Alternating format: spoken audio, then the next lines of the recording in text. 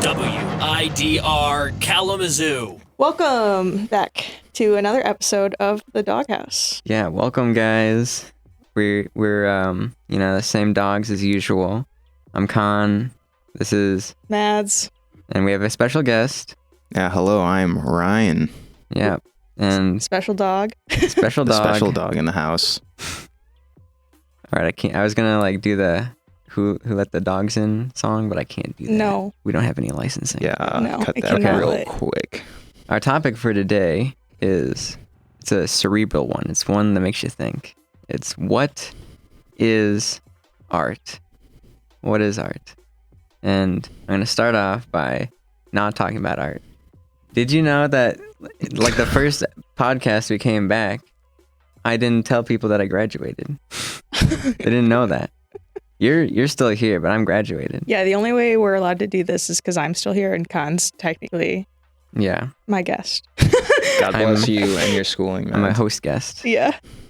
Yeah, so, yeah, I'm still here. I'll be here till the spring and then, Yeah, we didn't even talk about like the winter break. We didn't talk about anything about coming back. We're just like, we're hey, back. Let's do some not funny quiz questions and answers.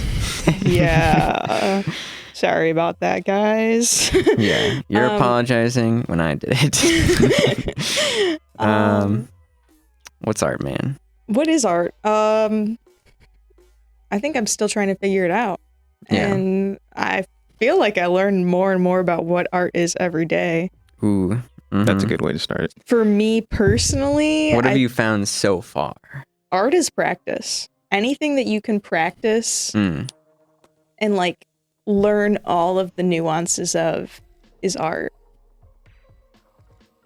And I would go as far to say, like, if your thing is hockey or yoga or, knitting or any of those things, if you can learn how to do something front to back, cover to cover, and like rinse and repeat and figure out all of its little intricacies, that's art.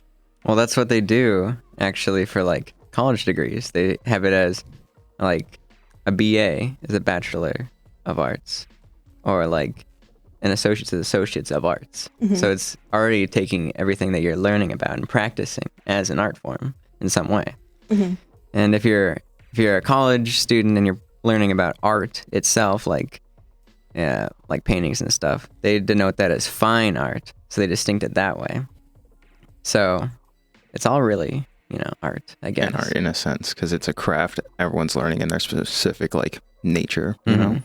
I was watching a live video of a painter, and somebody asked him like, what is art? And he said that art is anything made by a person. It could be anything. And that got me thinking about other things, like, could there be things not made by people that are art? Like, I'm thinking about nature. Is nature art? I think nature is... That's like, No, you're good. I was about to say, that's like a natural form if you want to like consider art, because I've made like this point, like, I made 4 points when going into this. I did some little deep dive. I was like, what is art? So that's like one of the points in art is that it invokes like, say, an emotion out of someone, it like just has to provide a feeling towards something. And like maybe also it goes into like further discussion of like, what do you see there? Different interpretations, like, hey, look up at that cloud, you see a baby, or no, I see an alligator type thing. Right. It's kind of like a piece of art might ask a question or something to the viewer.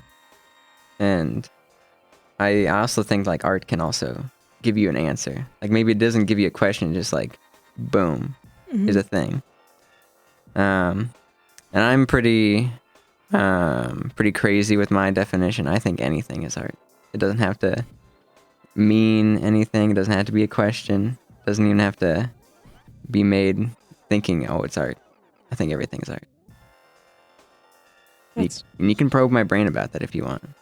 Everything is art, because this is what I was getting confused about this morning, because I was just like, art, well, isn't art, like Matt said, like it's anybody learning like a craft in their sense, like yoga or like say weightlifting or whatever, that's art because you can do that in your refined way. Like specifically, you're very destined to do that. But like, if we're going to like anything can be art, like how like there's like no boundaries or anything. I don't see if that's like, does that really provide art in that sense then? If like anything can be art? What do you mean by provide?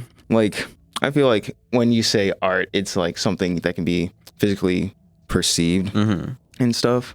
And it like also, it may not be intentional, like the trees or like the clouds or whatever, but it has to like have some focus to it. There has to be a focal point. And like, it can't just be like, say you dropped a paintbrush and it leaves a splatter on the ground and then you walk back, it's like, whoa, that's art. It has to like, yeah. Well, what's to say, like, what if somebody took like that splat, right? And then they took that piece of the floor out and then they put it on a wall, right? Then it's like, oh, now it's art because now it's like on the wall. The ready-made. Marcel Duchamp. Marcel Duchamp. Duchamp. He do chomp. He do chomp. He be chomping. If you don't know your art history, he was the guy who, he went to a gallery and he submitted in like 1920s or something. What do you mean? I don't think it was the 20s. Was it the 20s? Fact check this. That's like too early. I think it's the 20s. I think that might even be a little late. what's this work? Marshall. The Fountain. The It's called Fountain. The Fountain. Okay, let me look it up. And for the folks at home, it's a urinal.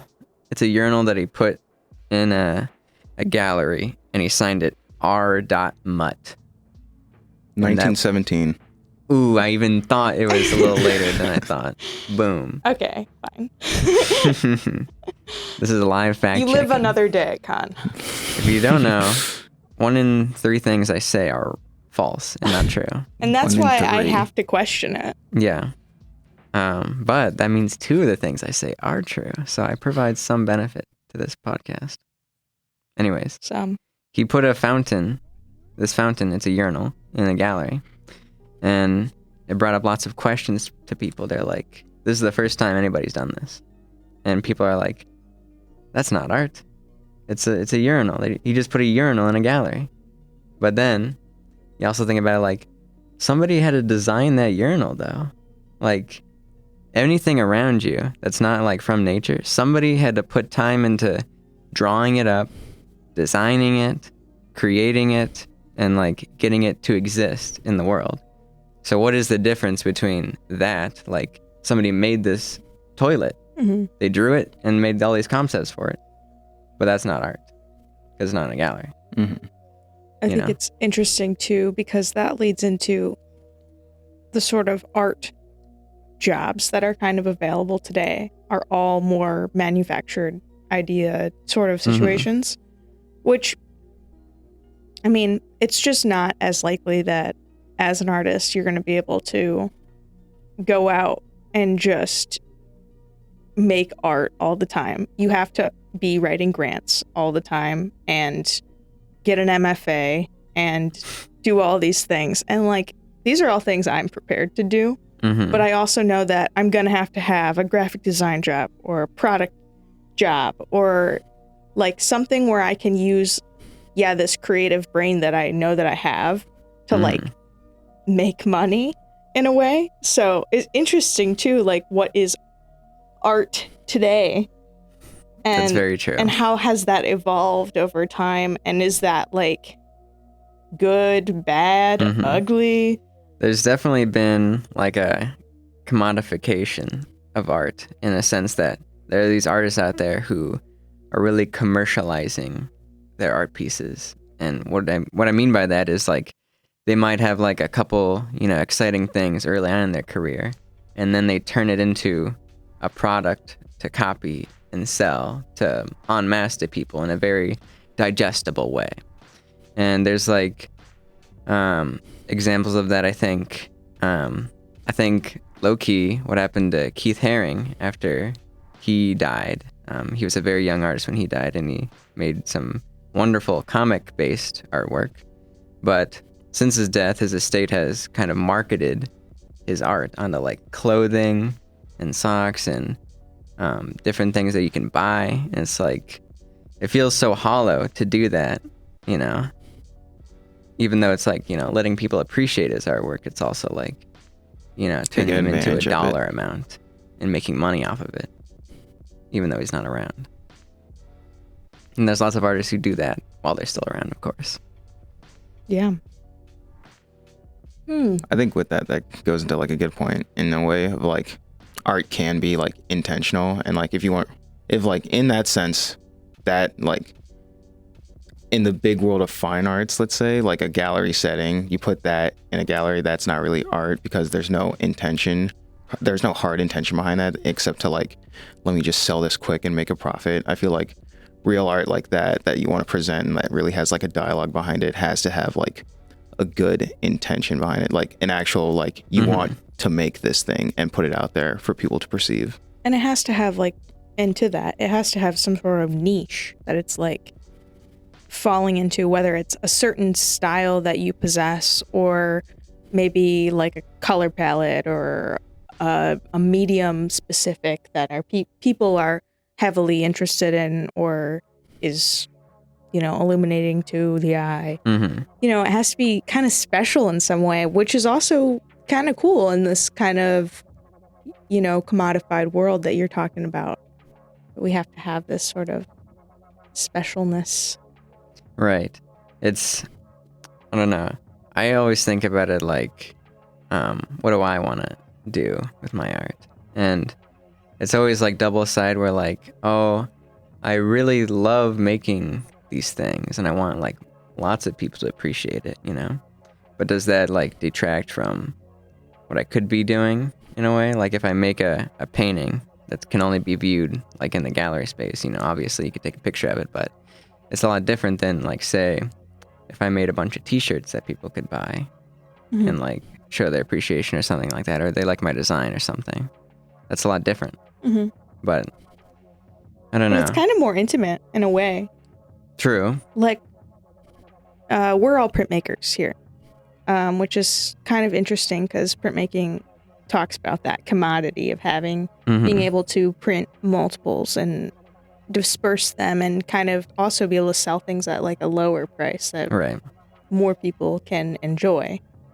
And so it's a little intimate to be able to like sell a t-shirt and, you know, somebody you may know is walking around with a t-shirt on, or somebody you don't know that you made. So it's pretty cool. Yeah, and they might like it and wear it a bunch. And that's also like very personal. Yeah. That's sort of like a stylization sort of niche type thing that I was talking about earlier. Right.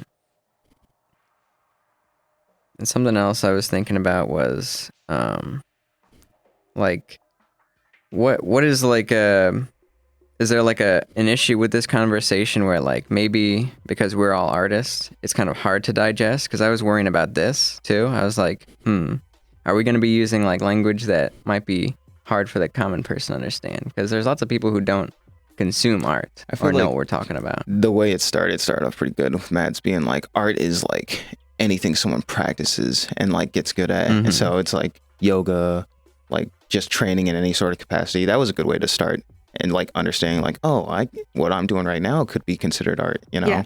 So because to me, when I'm like making prints or an art piece, it's actually way more about the act of making and starting and planning and doing the physical thing than putting it on the wall or getting it sold or getting it in any gallery. That's what actually makes it art, is the practice. So the intention. Yeah, exactly. So when you have that practice, when you have that intention, I think you're able to better understand what art is at its core.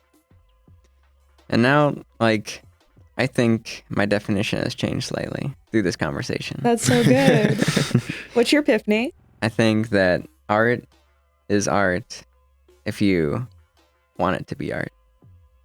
So, I like that. If you splatter something on the ground, it doesn't have to be art. But if you want it to be art, then it can be art. Yeah. I'm glad this topic went this way as well, because I came in with like a hard list of like, this is it. 1, 2, 3, 4. This is what art is. But like the beginning was like, oh, that's what I was thinking at the start in my morning when I was like, can't anything be art? Can't like what you enjoy, like running like a 50K be art, you know, if you're really passionate about it. So it's like, I'm glad I've really come to like circle back around to like, that is art, you know, because it's something you've trained for and you've like put your mindset to, you know, you've really built up for it. Yeah, you can see to some degree how there could be a value in it, you know. You're like, this is art, and maybe you don't want to say anything, but just you making that decision to mark it as art as a thing is saying something. I also like the nature conversation that happened too, because I think it's a little selfish to believe that only humans can make art. And it's a little ignorant as well, because we know that there's all this beauty in the world that exists absolutely on its own without us, and that is actual like the omega art in my personal opinion. So isn't that like going back to what Con said also, like about how there's like the fine art and then there's just art in general. So like what we were talking about with like making these gallery pieces and like making big prints, that could be like fine art, but everything else we've been saying, like running or like doing like just nature in general, that is just art in that sense. With nature, it's like the universe made the planet. It made it, you know, in whatever way you want to think about it. Something made it out of things, and we're also from nature. We come from these places in nature, and then we make things. So it's like kind of recursive in a way, where like we're always making things. And it's like, maybe it's not like, oh, nature is art. Maybe it's just like beautiful, and art is beautiful. Yeah. That's crazy. That's crazy. That is crazy. It's a good thought. We're in a good thinking pattern right now. Oh yeah. Now we've got come to the section in the podcast where we're going to be answering phone calls from people calling in live. Hello? All right, I didn't plan this bit past that point, but oh my God. I thought it would be fun. We come on this podcast and I have no idea what's going to happen, and that's kind of the whole point. Is like we show up, we have a topic, we don't know anything about it. Ryan here is allowed to have a list because he's a guest, but me, epic. I'm just here, and whatever Con throws at me, I have to. Like my list matters anyways. My list kind of went out the door as soon as like the podcast started. I think that's actually good because it kind of proves like our style a little bit. Is like it doesn't actually matter if you were prepared because we're not. We're going off the rails. We're going off the rails. Yeah. We're going with whatever direction happens, man. Yeah. So there's no way we could prepare unless we like rehearsed what we're gonna say, which would suck. Nobody wants to listen to a rehearsed podcast like that. True. Robots. That sounds kind of boring. Isn't that how like YouTubers do that? Not to go off topic, but what like, do they do? Don't they just write out a whole script of what they're gonna say and they read from that? And since you can't see their face, you don't really know they're doing that. Well, some they get like writers. I mean, yeah, it some depends. Are writers. Like, exactly. TV shows do that too, and it's like there's nothing wrong with it, I guess. Well, too, and if you think about like social media and stuff these days, the way that we put out copy and information, everything's very PR, tightly wound, True. ribbons. They want it to be like family friendly sometimes. Perfect. Like there is no room for error. Right. Yeah. I feel like down to the minute type thing. It is just like what we live in now. Because I feel like back then you could like make mistakes and things and like have rough shows, like not even like perfectly done or, you know, tightly knit things, and it could be fine, you know? You know what that is? That's the Eric Andre show. Eric Andre? That whole, anytime he has like a guest on that show, he like doesn't tell them anything. He's just like, you want to be on my show? And they're like, sure. It's just like another interview show, late night type show. And then, yeah. Is that what I do? The Doghouse is kind of Eric Andre type beat. I'm like, if you know, you know. Yeah, I hope everyone's seen Eric Andre here that's listening right now. Oh, if you haven't, you should. This is Um, your sign. It's a great show. And I feel like I'm kind of replicating in a way because I'm throwing out random things at you. And I'm not telling you what happens or what I planned. No, You're just getting it. we're just here for free thought and good conversation. Yeah. I'm actually here for no free thoughts. I was here for those free muffins on the way in, but I There were free muffins. I forgot to grab one, so hopefully there's more. Oh, they're all going to be eaten. They were sorry. mini ones, so you think like 100 students just rummage downstairs. Ooh. You don't know about the students and the muffins, man. Yeah. I don't know. I think that even the act of having this conversation is a little, that's art. The fact that you're able to have free thought in this day and age and not Yeah. have a scripted podcast and plan out every perfect little thing. We've now entered the southern accent portion of the podcast. Oh my gosh, brother, no way. I've been We- waiting for this moment. As a kid, I used to always call it southern. I didn't call it southern. I'd say southern. Isn't that because That's how it looks. you lived in Texas? I did live in Texas for a couple of years in San Antonio. I lived with my Mexican uncle who had a puppet, and his name was Nacho. Him, not the puppet. Oh, okay. And he Just to had clarify. he had You a- lost your accent like so long ago, buddy. Listen to me. It's not. That's not even it anymore. I was in San Antonio. I don't know what this accent I is. think you're anymore. like Irish now. He was going for Irish, but then he lost. I was trying to go that. for British. Can you just speak Topical. on? That goes back to our first episode. Are you a character? What is con? Who knows? Oh my god. All these No. callbacks. But I lived with him, and he had a ranch, and he had llamas, and he had peacocks, and tons of other creatures, and parrots. And it was pretty cool. That is pretty cool. I'm like, his job was to be a puppet guy, and he went to schools and was like, "Don't do drugs. I'm a puppet." And that was That's the kinda work. cool. Wait, that was the work. Like Is he still alive? that's a good question. he was a say no to drugs puppet man. I don't know if he is alive. I feel like this is a guy you should keep some tabs on. Maybe you should send him your puppet. That's true. I sent a letter, maybe last year. Do you I ever was like, think "Hi." that's where you got your puppeteering from? I don't know if I got it from him. Did You got There's your a- exotic personality from all of his exotic animals. yeah, I got it from the animals rather than him. This is why you're a dog, man. Hey, True. said the dog. All right. Oh, I remember what I was gonna ask. In little school, like elementary, Little school. or Yeah, like little kid whatever. school, yeah. Yeah. Did you ever have like this puppet come to your school and tell you about fire safety?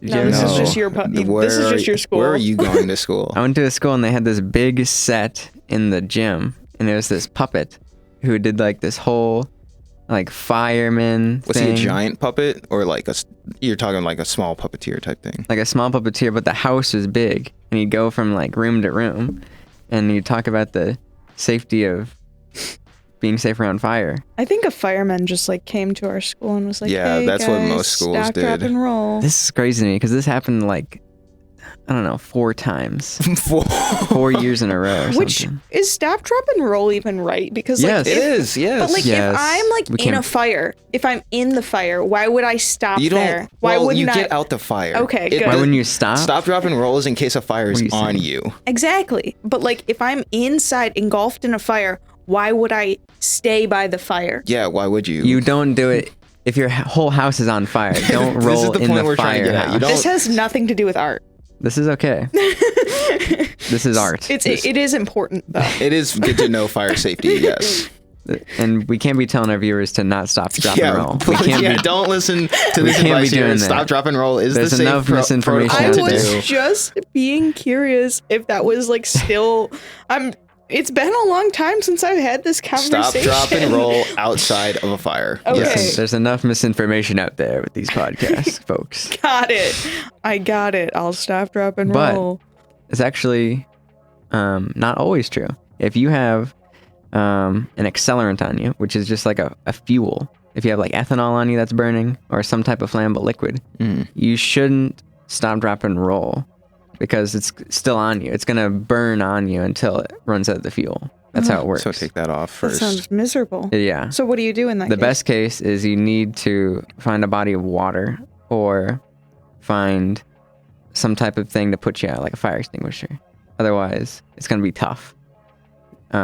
You could like maybe wrap yourself in some type of fire resistant blanket and put out the fire. Yeah, because I have one of those. Yeah. I mean, fire safety, folks. Takes out like Fire safety. no oxygen. The fire goes down. So yeah, just cover yourself. I think though the interesting thing is when I was in school and they were preparing us for like fires and tornadoes, I definitely thought I was going to have to like deal with more of them than I did. That's what made me annoyed about tornado drills later on in high school when we just kept doing them. I'm like, we're in dead middle of Michigan. Where Yeah. do you think a tornado is coming Why from? was it like every year? Couldn't it be like every other year? I feel like tornadoes don't happen that often. Now we're cruising for a bruise in here. Like now True. Things could change all on of an a sudden instant there's right going to now. be like a tornado in the middle Yeah. of winter. Yeah, guys, you should look out for these tornadoes. Did you see the map of like what it looks like, what winters are going to look like now? It's going to be a wave like on and off of just snow and then gets warm, snow again. Really? Yeah, literally. You could look it up. It looks like a wave. Like, That's That's crazy. what's gonna happen now. You know what? Nature is art. Yeah, Yeah. you found the answer. Yeah, In I this- know I said that already, but like the more I'm thinking about it, it is on its own. It is on its own. It is its own thing that doesn't Mhm. need us, like I had already said. But because of us and our impacts, our scary, scary impacts, it has become We made the its concept. own thing of. I don't know what I'm saying anymore. You're on a stream of consciousness right now, and I'm here we for made it. its own definitions of art is what you're maybe going for? I'm thinking, nature. We made that concept up. hmm Art. We made that up. Mhm. We're just making things up as humans. We're Yeah. making philosophy up, concepts up. This is just. I don't know. It's crazy that we have microphones to talk into. I'm saying it. You saying it? He is. We got to this point. Everything around you has been designed by somebody, except for a tree, unless depends on your beliefs. But everything's been made, man. Everything's man-made. Trees are, you could Everything's say are man-made. designed Everything's from, like, the made, sun. man.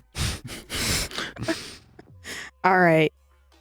Thank you guys for listening to the I like Doghouse. how you wrapped it into the art again. You're like, this is enough fire extinguisher talk. We gotta talk about art. I was a little too far off the rails. Like, I don't know if this is what they signed up for. I'm but- going off the rails. I'm going off the rails, guys. I know, Like a we true were just artist. talking about fire safety and like educating. Like, hey guys, make sure you stop, drop, and roll. Make sure you stop, Apparently, drop, and that's roll. still relevant. It is. Keep looking out for tornadoes. Don't. Question art always and what it means. That's Yeah. a great motto. True. Can never truly understand what it is until you do. Just like fire safety. Thank you guys. Thank you. We are signing off with the jingle. Oh, Ryan, I heard you prepared a jingle for today's episode. Okay. Dog, dog, dog, the dog, dog, dog, dog, dog, dog, the dog, dog, dog, dog, dog, dog, the dog, dog. House. What song is that? honestly, That's the jingle. That's You better asked for than a jingle. any What? jingle con ever made. Why are you saying that? You rock, Ryan. Thank you for being Wow. here. Thank you for having We've me. been the Wow, Doghouse. I just got replaced on air. We've been the Doghouse. I've been Mads. I've been Con. I've been Ryan. Later, guys. Later. Peace.